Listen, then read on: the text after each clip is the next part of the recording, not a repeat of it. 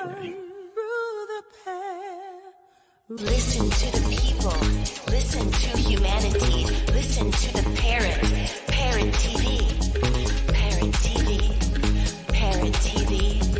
Parrot TV. Parrot TV. Parrot. Listen to the people. Listen to humanity. Listen to the parrot. Parrot TV. Parrot TV. Parrot TV. Parrot TV. Parrot TV. Listen to the people. Listen to humanity. Listen to the parrot. Parrot TV. Parrot TV. Parrot TV. Parrot TV. Parrot TV. Are you curious about financial literacy? Then take a look at Professor Anthony Rivecchio's new program on Parrot TV. It's called Financial Focus University. This is an excellent program to learn about questions related to your own finances post-COVID, and how you can manage your money, how you can work with your tax situation. And this is an excellent and informative discussion of financial literacy. With Professor Anthony Rivecchio, your financial problems will be solved at Parrot TV with Financial Focus University. Hello, welcome to World Anchors Network, and thank you guys out there for viewing and watching and supporting our program for all this last year and a half, 2 years we've been doing this. And I want to point out my Venetian Spider Press hat here. I was just published by them, so I was just proud of that, and I wanted to sport the nice cap. And I'm Dustin Pickering, your noble and honest host. Today we have Richard Fireman, who's been writing for over 50 years, has given readings at several libraries and Barnes and Nobles, and has published over 100 poems, mostly in the Monmouth Review. In 2009, he contributed a chapter to the bibliotherapy book Riding Away the Demons, about his relationship with his mother, who died of Alzheimer's.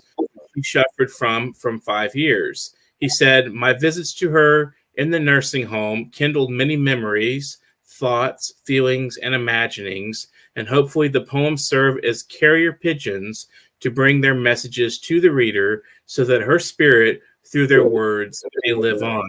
His poetry collection, Constellations, is scheduled to be published by Prolific Pulse Press in December of 2022. So that's not too far away. Good luck with the publication. Right. Great to have you on the show today, Richard. How are you doing? Nice to be here. Thanks a lot. So my first question would be, why the title Constellations? How does that relate to the central motifs in your book? It's not meant literally. I have no belief in astrology per se. It's meant as a metaphor because I think as primitive people, looked up at the stars and tried to find meaning in their patterns. Mm-hmm. And I think that throughout our lives, we're trying to find patterns and meaning. And so this became a metaphor that I thought of using for my work. It's interesting. So it's sort of like a map you're creating with your poetry, a map of meaning per se. Kind of, and it's also we project our own meanings into the world around us. So mm-hmm. Just like beauty is in the eye of the beholder, mm-hmm. what we see, we create in a sense. That's interesting. A good perspective, and I think it's interesting that a lot of the poems in your collection, Constellations, which I've had the privilege of giving a little bit of a review of, deal with your mother's Alzheimer's and how that affected you personally, and how you wrote in order to kind of approach this subject, this very sensitive subject. And what you could say about the sensitive subject in your own light. I mean, did you learn anything through writing, in the process of writing during that period? Oh yeah, I think writing, as well as any of the arts, really mm-hmm. Helps to kind of crystallize what we feel inside. It helps to bring it out. It helps to put it into a form. A coherent form, and kind of make sense out of the chaos. Absolutely. I think that's really, the essential purpose of creativity is to sort of, pull the stars down to us and examine them more closely, and give them a good talking to and see if we can learn anything about ourselves. You know? Right. If we can talk to the stars, I guess we can or cannot. I don't know. What do you think? I think right now these days it's hard enough to talk to each other, but Yeah, it's a that's start. very true. Very true. It's we've lost connectivity with each other, I think, and I think one of the things that literature can do in a troubled time is build bridges across cultures, across different people, and speak to people Right. in ways that they may not have been accustomed to. They may hear like the poem and say, I never thought of things that way. Have you ever had a reaction during your readings when you're reading to some audience that people come up to you and say, I really never thought of things the way you presented them? Oh, sure, sure.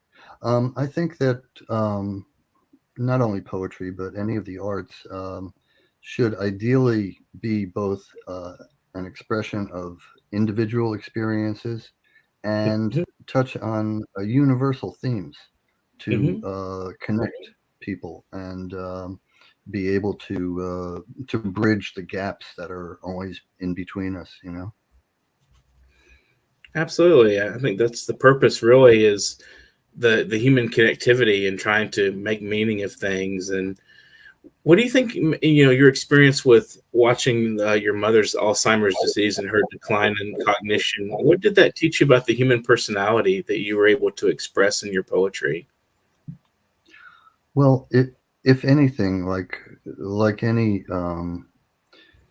experience of fragility, I guess you would say, it taught me to appreciate um, life and the time we have here and the connections that we make.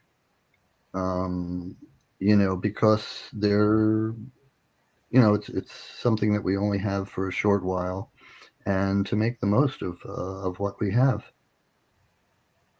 Absolutely. Appreciation of life and gratitude of what's with us when it's with us, and even when it's gone. It's like when a person close to us leaves us, it's really hard, and I think it's powerful to be able to write, as this process is happening, and kind of it's like a document of this process and what's going on in your own mind and what you're observing. And I think that a lot of the poems I read in your collection, Constellations, were, really it had a good impact on like me. I even thought of, back to my grandmother passing away when she Mm, passed away. It was, several years back. And I remembered a lot of my own grief and mourning through that period and how I mhm, wrote a lot during that period as well. And that was my mhm. way of making sense of things. And so also you have I'm not sure if it's memoir, a full memoir you've written, or if it's so far you're just partially through with it. Well, Writing Away the Demons was a collection of 13 Hmm. different writers, 11 of whom were in a group run by the book's editor, Dr. Sherry Ryder, who's a poetry therapist in the New York area. And Okay. she invited me to join the group along with one other person. So there were 13 of us all together. And she edited the book and did the forewords and afterwards and introduction. And in the introduction, she gives the principles of what she calls transformative writing, Hmm. um, or bibliotherapy. And the same principles can also be applied to art therapy, music therapy, dance therapy, and so forth, all the way down the line. And it enables us to use our forms of expression and creativity in order to deal with traumatic experiences. I mean, as tough as my own experience with my mother was, I felt Hmm. um, I was kind of bowled over by those of some of the other writers. They were dealing with such topics as cancer, a Vietnam veteran, um, uh, a woman whose husband had uh, gone to prison unjustly, um, Mm. alcoholism, physical and emotional abuse, multiple sclerosis. These are, life altering experiences, and it's, I think, a real testimony to the power of the word, that writing can produce such a transcendence Mhm. of these circumstances. I mean, it's amazing that some of these people even survived, much less were able to overcome their difficulties. So that is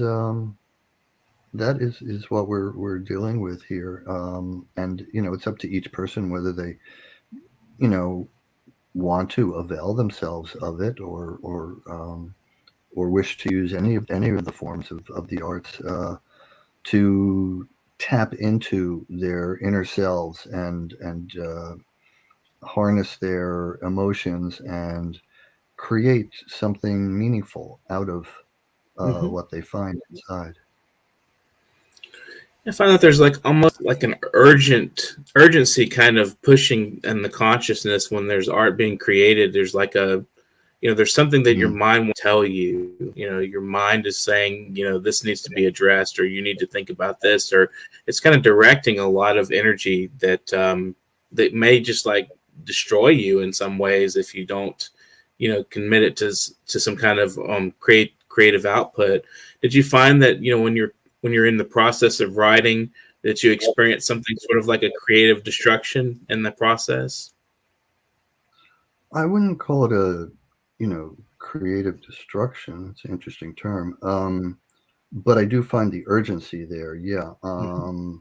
And the more dire the circumstances, I guess, the more necessary and more impactful, I guess, the need to have it bring forth uh, the emotions that are dwelling inside, and to come up with something that will counter the problem, and overcome it, and try to make the best out of a bad situation. When you have lemons, make lemonade, kind of thing. Absolutely. It's one of the few things I think that makes life worth living. I mean, if we just had no creative ability, and I think about this sometimes, like if we had absolutely no way to create something from our dire recesses of pain, what would life be? It would be hopeless. There'd be nothing. I mean, there would be no point whatsoever to it. It seems Yeah, like, we have, just living through all this turmoil. Who yeah, are we'd some of still be your throwing favorite rocks. writers? Or yeah, yeah. Who are some of your favorite writers that inspire you on a daily basis, or at least when you're in the process of creating something that help you go through that process?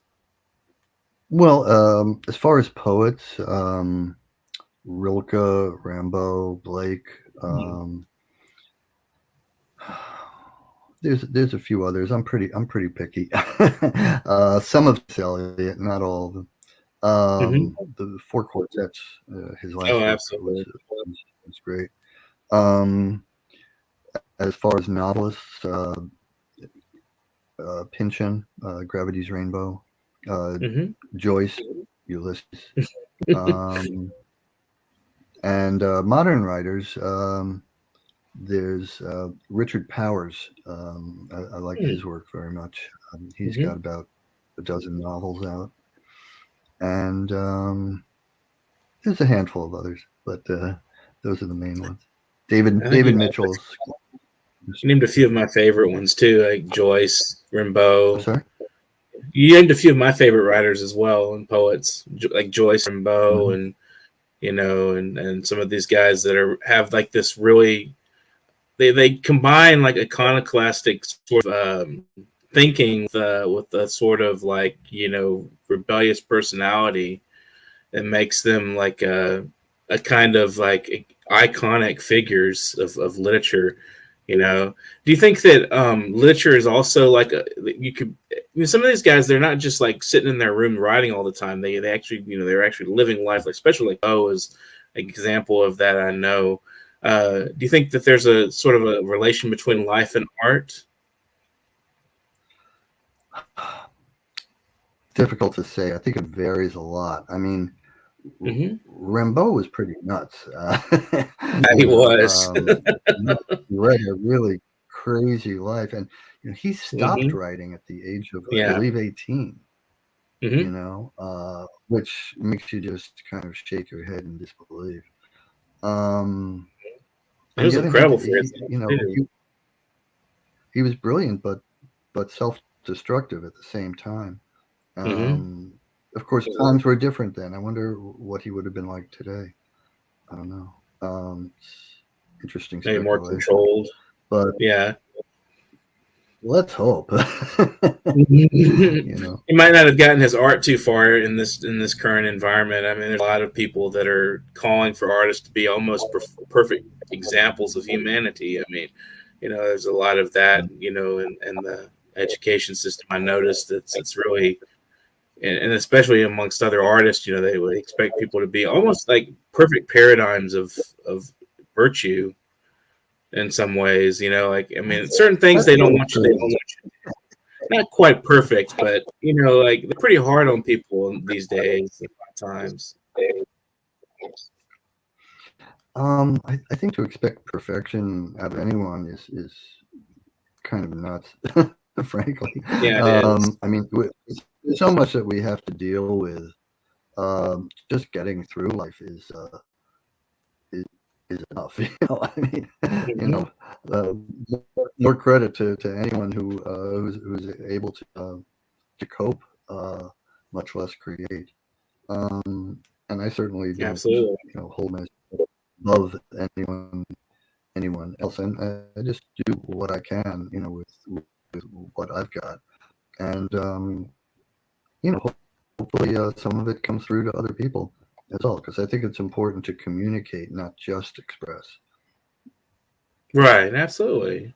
Yeah, there's this sort of artistic faux intellectual kind of an impersonation of like art, where it's like, it's about expression, or it's about self-honesty, and that's only like taking half the step, if you ask me.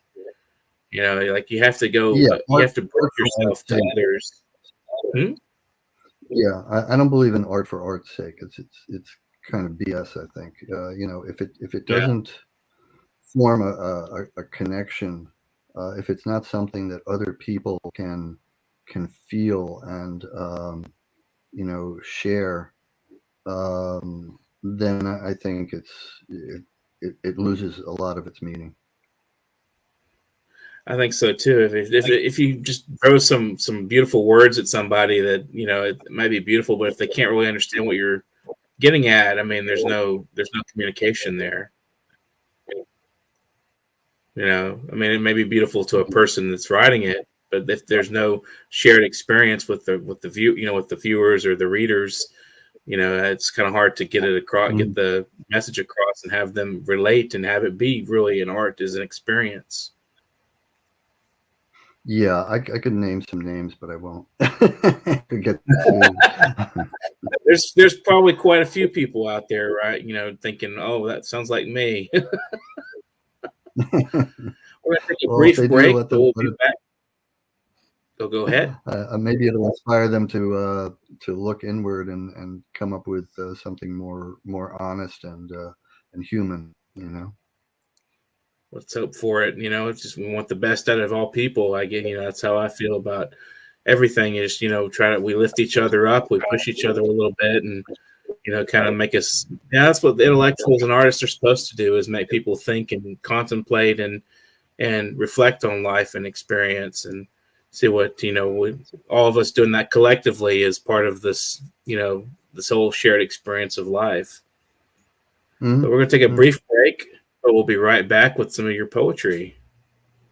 All right. In a world where the quality of information available to poorer communities is doctored, tainted, and sometimes regressive, where the words fake news have come to mean other people's opinions. It is vital to rely on news platform with journalists who have feet on the ground and can report the truth. New York Parrot, a New York-based national and global news outlet, is changing the narratives of media operations. We focus on the news that matters, like self-empowerment, entrepreneurship, finances, health, security, politics, and more. We strive to curb violence, racial and economic discrimination, and to promote peace and socio-economic development of multiculturally diverse world. As we give voice to the people, we also give your business a voice and make it heard. Get your products and services off the ground by advertising on our fast-growing platform. With so much of daily visits to New York Parrot, you can't afford to be invisible to prospective clients on the websites they trust the most. Our posts reach millions of people across the New York State and around the world. Advertising on our news site will unlock an audience of thousands of potential customers on your doorstep. New York Parrot is born to prosperously speak tomorrow for the voiceless.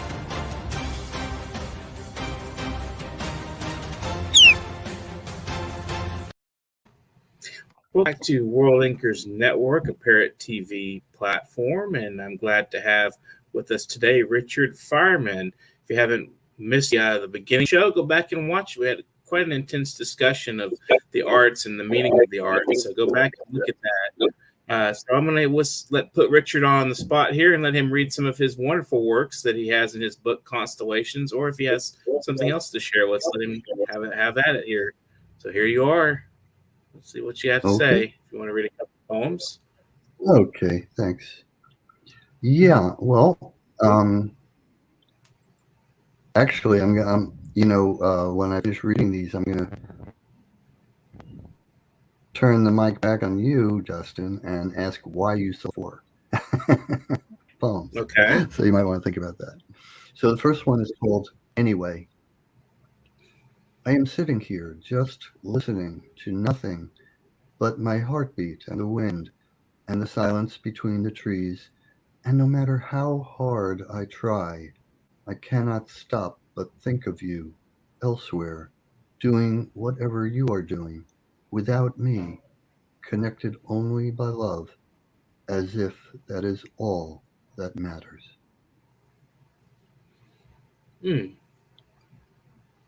I like the sense of waiting in that poem, and that there's a moment that's in between moments.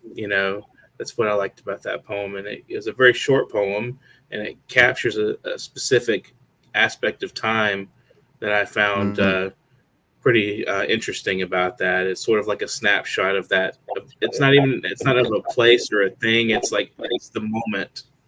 It's the moment of waiting. That's taking place. Very good poem. Thank you. It's a feeling kind of isolated in time. And I think it could apply to almost anyone or any couple, I should say. Mm-hmm. Okay. This and the next poem are both from my poems about my mom, who had Alzheimer's the last 5 years of her life.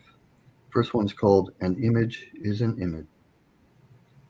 She cannot be with us for the holidays. She is left with photos on her wall in the nursing home. She does not know who these people are, these pictures. Once she recognized me as her son. Once she recognized herself. Now it no longer matters who she sees or how. One image is the same as another. They are just there is all. So it would not be good for her to make the long journey to the in-laws' house for Christmas, and she might upset the family's children. As she is losing, they are growing now in understanding. They, too, need be content to see her only in pictures. I think that poem really was a very sympathetic portrait of the process of losing one's, personality and mind, and and you have that touch at the end of, the portrait of, that everything becomes a portrait kind of, even your mom becomes just a portrait. It's very sad and touching revelation, and interesting way of kind of taking the poem and making it a circle in a way, kind of tying up the knot at the end there. Right. Beautiful. My mother's name was Claire. Mm-hmm. She hated being called Clara, but her name was Claire. And this is called On a Claire Day. Mm-hmm. She opens to eat when the spoon's at her mouth, when her eyes are closed. She hears what she wants to hear and says, "We have life, but not our life." We sit next to each other in the room and watch the new president in the rain. In the street, the world is changing. In the room, it all remains the same. With apple juice, her eyes go big. She grabs my hand and says, "These take." I ask, "The fingers?" And she says, "The thing is real," and kisses them before she goes to sleep between bites of her meal. That's another touching portrait, and I especially think it's a lot more centered on the way she expresses herself in the process and talking, and you get this sense of like a childlike persona in the poem, speaking, and it's just very touching way when people get older and they become more frail, and they get to where they're not able to take care of themselves, and they're not, and in this case, this person that's not really cognizant completely of the world around them, but they still have some sort of insight into things. And as you mentioned in your I think it was in the memoir essay, that your mom is with Alzheimer's could be quite a philosopher, but she couldn't represent you. She couldn't see like a person in front of her, couldn't recognize a person sometimes. And that's really interesting from a perspective of a poet, to see a person's mind go that direction. It's also, you did a really good job of humanizing that and that process, and showing that for what it was, and very touching. Thank you. Okay, so now we're back to my life. Absolutely. So what? I'm sorry. Go ahead. Oh, okay. This is called Night Trails. I watched someone on TV fight for the title, and today I was with someone fighting for her life. This is only a time to recover. I look at galaxies on the screen and think of the world, think of the earth, our country, our lives, our fate, our place in the scheme of things arranged in the score of the world's symphony, each second a note in life's music. There is night, there is silence, there is life and the laws of its pulse, the retreat fraction in the brainstem, the clawing through the dirt up to the sun. As I climb the mountain of memories, I disturb some significant rocks. Elephant earrings, mother of pearl heart, jewel box and sun catcher. 5 days before going to the hospital, making up for counting down. The night I read my poems, there was a giant moon, as though to light the sky in spite of night, cast a shine upon the deep. One look, one light, one eye is enough to begin, two enough for contact, the spark across the synapse of the soul, swimming to the island of your eyes. I wanted to fall asleep holding hands, so we could dream the same dream, like the waters creating a pearl. As the mountain of the day crumbled beneath us, and we were borne upon the tides of sleep, and in our arms around each other, words gently folded into one another, like cream and eggs in a recipe of dream. As simple as the taste of date and coconut, the sudden memory of the last time I tasted anything as innocent as my life, before anyone I knew died, or I was disappointed by anything that really mattered. It is a different world. In the attic we find the old pets' toys, but you didn't want to throw them away. The sparkle in their eyes is still in yours. We petted the old cat, embraced her purring music, her movements, rhythms, like dancing, like singing, like making love. Now the old cat is gone. We loved her, but she slept between us. Now there is no longer a body not ours in this bed, nothing to keep us from touching. Now between us there can be no space. No matter how the drops of water in the shower fall, they compose your face. You weren't here and I thought you were dead, when I discovered differently. Never did the stars shine so bright. Hold me, you said, and I did. Very tender poem, and especially makes me think of the title Constellations, when you mentioned the galaxies forming, and kind of relate this to the brain and human life. And there's a lot of connectivity in the poem between nature, the life of nature, and the life of the mind.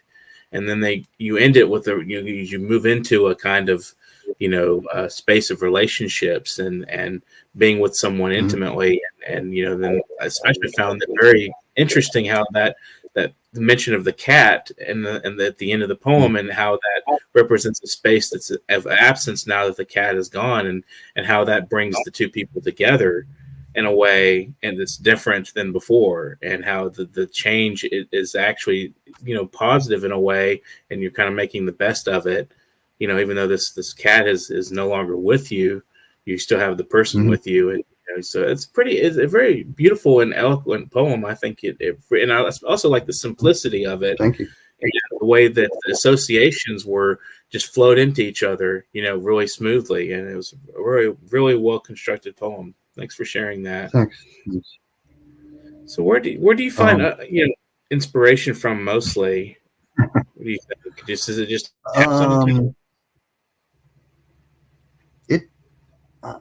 I don't know. Sometimes some of it just kind of comes to me. Sometimes at odd times. Sometimes it's unpredictable. Other times there's specific events or conversations with people, or something I hear or read or experience. It varies. It varies quite a bit. Sometimes I don't know myself where it comes from. But when it does, I've learned to just jot down sometimes images, sometimes fragments of lines, and put it aside for a while, and then I'll at a future time I'll look at the different parts and say, this kind of connects with this, and this could go over there, and so forth and so on, and I'll try different things and see how it works. Do you find the artistic process as a whole, sometimes you're more creative than other times, and there's sometimes dry spells where the ideas are not there, you just take a rest and just maybe do some reading or watch TV, or what do you do to fill in those hours when you're not writing? I zone out like anybody else. Daydream. I watch it's kind of funny because I'm kind of a pacifist by nature, but I'm a real boxing fan, and boxing MMA. So I am a chess player. I play in tournaments and stuff and so forth, and Keep so the mind running. That's that aspect that kind of combines both worlds. But in general, I don't know. I have different hobbies. Play the harmonica. I have my pets. I have I do read a lot, and I'm older now, so I don't go in for sports much anymore, but except on TV. But that's just an age thing. Yeah. Yeah, I'm getting to that. I'm getting to the middle ages myself. I turned 42 in the next couple of months in January. Yeah, I'm still yeah, young, but yeah. my body's getting old. You know, my knees are giving out. But yeah, what advice would you leave us with at the end of the program here for fellow writers and our viewers? What would you tell them? Be honest. Look into yourself. Just tap into your heart and let it speak. Mm-hmm. Try to connect, um, but also try to, once you come up with something, try to distance yourself from it and look at it with a perspective of someone who is not you, the Mm-hmm. unknown reader. Are they going to understand what you're saying, or are the connections and associations something that's so specific to you that it won't let them in? And if so, modify the language, modify the way you express so that it can come across. Um, if you want to communicate, and hopefully you do. Mm-hmm. If you're just writing for yourself, I mean, that's up to you. It's a free country, as they say. But Mm-hmm. it seems that it would diminish the total value of whatever you produce because you're only writing for yourself. Soliloquies for solipsis. Yeah, soliloquies. Yeah, if you want to really create good art, it's got to be a combination of you and the reader, Mm-hmm. so that you can reach across and make contact, and hopefully in that gestalt a greater reality is formed from the sum of its parts. Interesting. Would you like to share any shout outs or thank yous to friends and family, supporters, anybody that you'd like to just say thank you for encouraging your Oh, writing? sure. Oh, sure. Thanks for everyone who's supported me. From my wife to my friends, my fellow writers. We just came out with a book. Our local group in New Jersey just came out with a book called the Thursday Poets Anthology. And there's 9 of us. Each of us has 10 poems in it. It's available on Amazon. Okay. And, it's, I think you'd enjoy it. It's only, I think it's $5.99. Mm. And it's, and the money's going to charity. So I think anyone who's interested can pick that up. The Thursday Poets Anthology. So hope everyone enjoys that, and hope people are interested enough to consider buying my book when it comes out, Constellations, in December. Absolutely. It's coming out from Prolific Pulse Press, and I believe we were connected through the publisher there, and thanks to Lisa, and that was wonderful Right, for her too. Lisa Tony Sonnenfeld, right? Recently married, and congratulations to her, and thank you to her for the Absolutely. support and the connections. Well, thanks for joining us on the program. If you have any other ideas of people that might want to be interviewed, just send them our way. We'd love to have them. Will do. Thanks for having me, and have a good evening.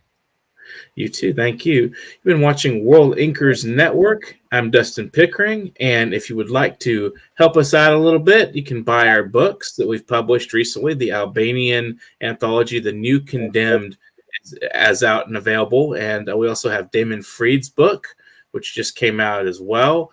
In this coming month, we'll have Troy Camplin's 2 books. There will be wonderful collections of poetry. Take a look at those when they come out. We'll start sharing samples of that work and so forth for you guys to take a look. And if you would like to donate, we can donate through here. Support through the PayPal medium, PayPal.me/NYParrot is our support, is our handle for donations. If you want to, anybody wants to donate, you can donate whatever you like, whatever you feel comfortable with. $1,000 is great, if you have that. Just kidding. Anything you have to share, just would love to have it. PayPal.me/NYParrot.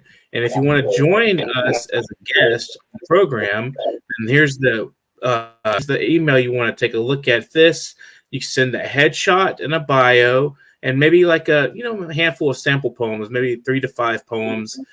Publication.worldinkers@gmail.com. And make sure you include that dot, because that's sometimes missed and it doesn't come into our email. Publication.worldinkers@gmail.com. So remember that this is a wonderful opportunity for you guys to be heard and to talk about your art, your work, any kind of creative work you're doing, whether it's painting, music, scholarship, some kind of poetry project, a novel, anything you have. We want to hear about it.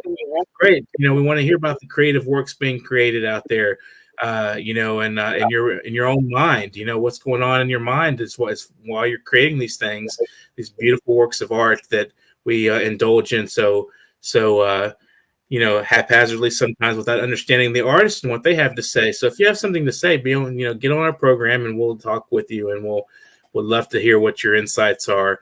In the meantime, we'd love to get going here. It was great to have Richard Fireman on the program, and go back and watch that show. We had some interesting insights. We love our viewers, and subscribe to our channel. Please do subscribe. And in the meantime, get to writing and have a nice, excellent afternoon. We'd love to hear from you guys in comments during the show, and subscribe. And thanks for watching. Get to writing. Listen to the people. Listen to humanity. Listen to the parrot.